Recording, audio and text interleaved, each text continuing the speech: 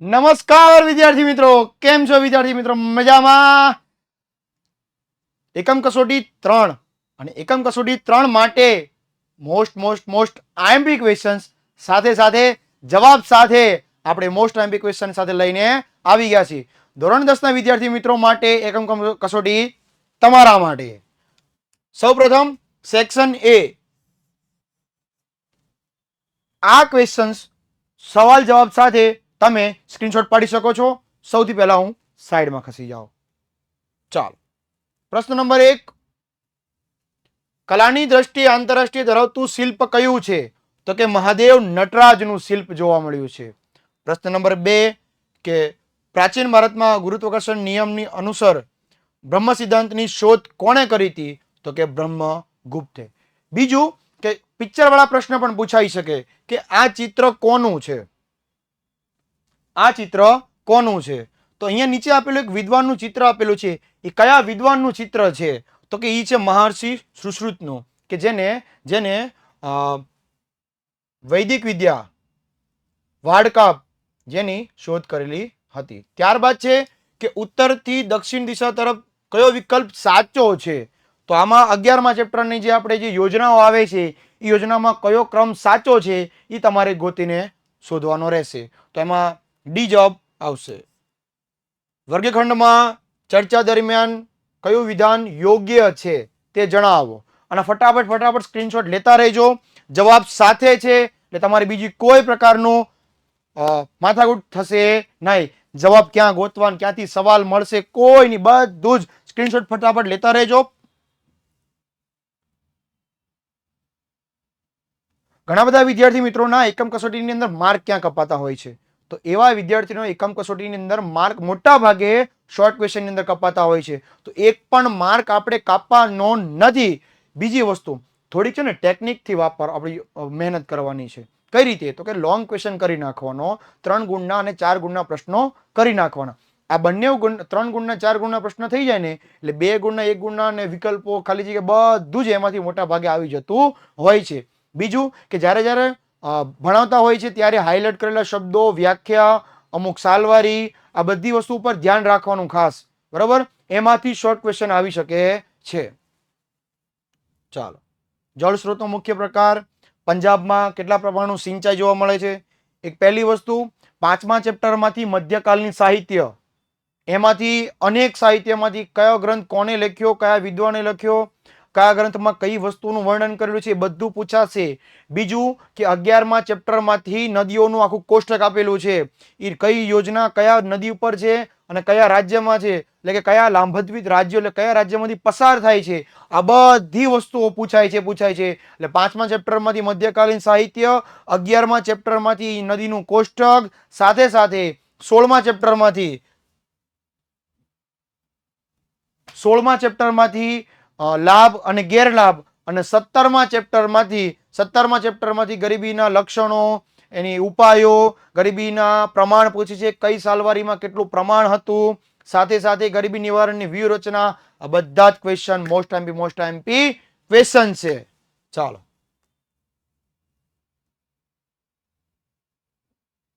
બેરોજગારીનું પ્રમાણ, શિક્ષિત બેરોજગારીનું નોંધણી કરતી સંસ્થા, તો કે રોજગાર વિનિમય કેન્દ્ર. ઉદ્યોગ સાહસિક માટે કઈ યોજના બહાર કાઢી છે યુવા રોજગારો માટે? તો કે સ્ટાર્ટઅપ ઇન્ડિયા. અહીંયાથી શરૂ થાય છે હવે ખાલી જગ્યા. તો ખાલી જગ્યામાં કૌંસ આપેલા જ હશે, એમાંથી કોઈ પણ એક તમારે કૌંસ સિલેક્ટ કરી અને જવાબ આપવાનો રહેશે.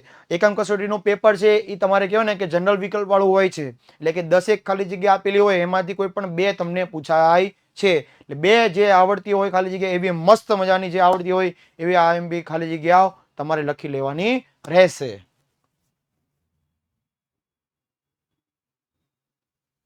બીજું કે પ્રથમ પરીક્ષા નજીક આવી રહી છે. એકમ કસોટી, યુનિટ ટેસ્ટ પરીક્ષાઓ જે લેવાતી હોય છે એમાં મહેનત કરેલી હશે ઈ જ મહેનત પ્રથમ પરીક્ષામાં અને પ્રથમ અને દ્વિતીય પરીક્ષામાં કરેલી મહેનત ઈ જ છેલ્લે તમારે બોર્ડના વર્ષ સુધી અંદર લાગુ પડશે. એટલે છેલ્લા 1 મહિનામાં સાહેબ બધું મહેનત કરી લઈશ ને જાન્યુઆરી મહિના અને ફેબ્રુઆરી મહિનામાં જોઈ લઈશ નહીં, ક્યારેય નહીં. બરાબર? પૂરા આવતા પહેલા પાળ બાંધવી પડે. એમ જો તમારે સક્સેસ થવું હોય તમારે સક્સેસ થવું હોય તો તમારે પહેલેથી મહેનત કરવી પડે. છેલ્લે કાંઈ ભેગું નહીં થાય. છેલ્લે કાંઈ ભેગું નહીં થાય.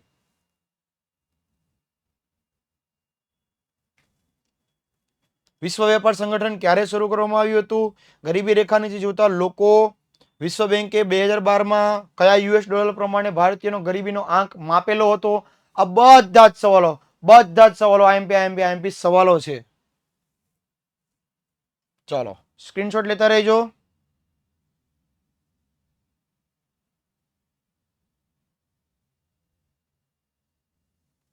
વિધાન ખરા છે કે ખોટા જણાવો.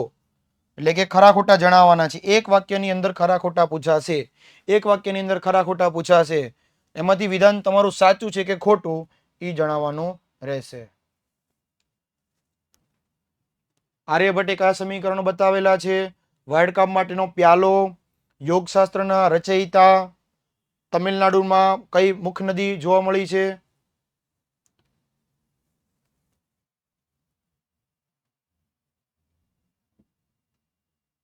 ઉકાઈ અને કાકરા પર કઈ યોજના જોવા મળી હતી? ધરોઈ યોજના તાપી નદી પર આવેલી છે. વિધાન સાચું કે ખોટું? તો કે ખોટું. વાયુ પ્રદૂષણ ધારો 1981માં હતો. સાચું. સ્વીડનના સ્ટોકહોમમાં પૃથ્વી પ્રથમ પરિષદ હતી. સાચું. વિશ્વ વેપાર સંગઠનનું સ્થાપના ક્યારે થઈ હતી? તો કે ઈ પણ સાચી. 1 જાન્યુઆરી 1995. બધા જ સવાલો આઈએમપી સવાલો છે. ચાલો હજી સ્ક્રીનશોટ લેતા રહેજો.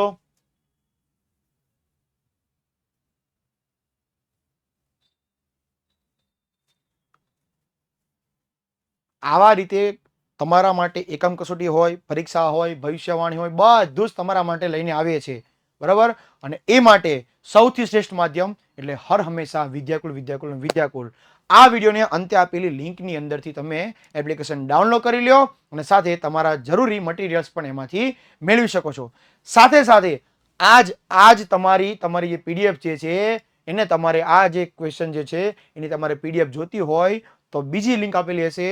એમાં યુથ પેપર એપ્લિકેશન જનરેશનમાં જઈ અને પ્લે સ્ટોરમાં જશો, આ એપ્લિકેશન ડાઉનલોડ કરશો, એમાંથી એકમ કસોટીની તમને પીડીએફ મળી જશે. આખી પીડીએફ પણ તમારે જોતી હોય તો youth application generation 1 to 12 play સ્ટોરમાં જઈને તમે ડાઉનલોડ કરશો એટલે એમાંથી તમને પીડીએફ મળી જશે.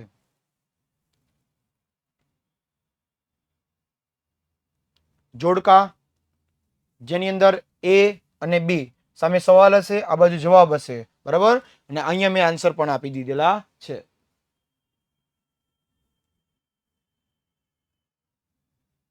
બીજું જોડકું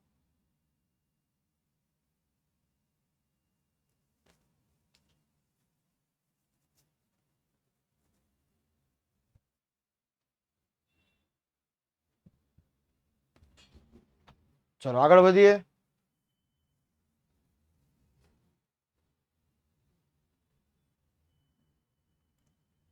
એક વાક્યના ઉત્તર આપો. એક વાક્યના ઉત્તર. જ્યોતિષશાસ્ત્રને કેટલા ભાગમાં વહેંચ્યું? 3 ભાગમાં વહેંચ્યું. પૃષ્ઠીય જળનો મુખ્ય સ્ત્રોત, ભૂમિગત જળના ઉપયોગો, સરદાર સરોવર યોજના. મેં કીધું એમ કે 11મા ચેપ્ટરમાંથી કઈ યોજના કયા રાજ્યમાંથી પસાર થાય છે એ પણ પૂછાશે સાથે.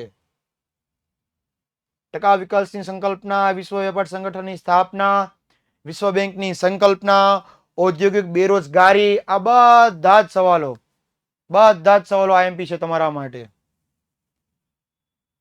3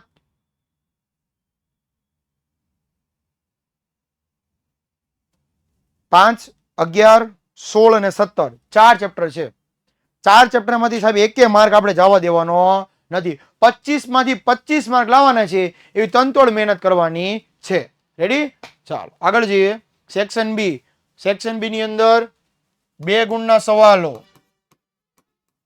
2 ગુણના સવાલો એટલે તમારે 4 થી 5 મુદ્દા લખી નાખવાના.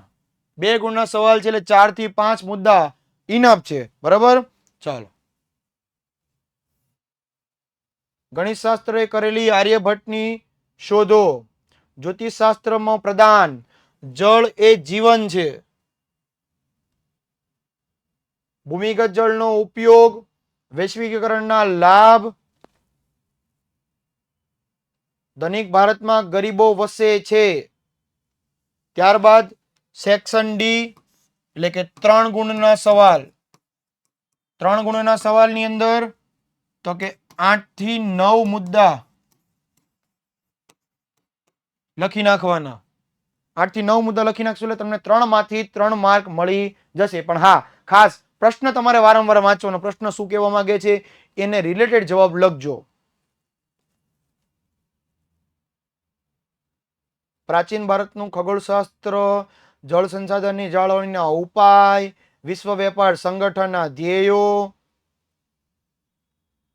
ખાનગીકરણના લાભ, ઉદારીકરણના લાભ, ગેરલાભ